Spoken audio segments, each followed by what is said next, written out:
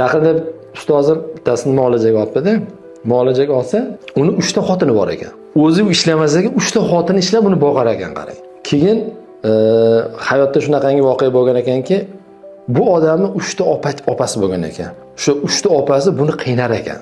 Qarang, katta bo'lib hayotida o'sha 3 ta ayolga uylanib, o'sha uchalovidan opasidan olgan zulmni bulardan alamini olar ekan. Ana o'sha psixosomatik muammosi o'sha bo'lgan ekan. Ya'ni 3 ta opasi buni qiynagani. Qanaqangi hayotda voqealar bo'lar ekan. Shuning uchun opalaridan yoki yaqinlaridan hech xafa bo'lish kerak emas ekan. Bu siyla rahmi uzishga kirar ekan. Siyla rahmi uzildimi, muammo kirib ketaveradi. 3 ta muammo birga yaqin yuradi. Sog'liq muammosi, pul muammosi hamda yaqinlar bilan bo'lgan, atrofdagilar bilan bo'lgan munosabat, ya'ni baxt. Mana uchalovi yonma-yon turadi. Qaysi birida muammo bo'ladigan bo'lsa, qolgan ikkitasini bir-birini o'ziga tortib ketar ekan.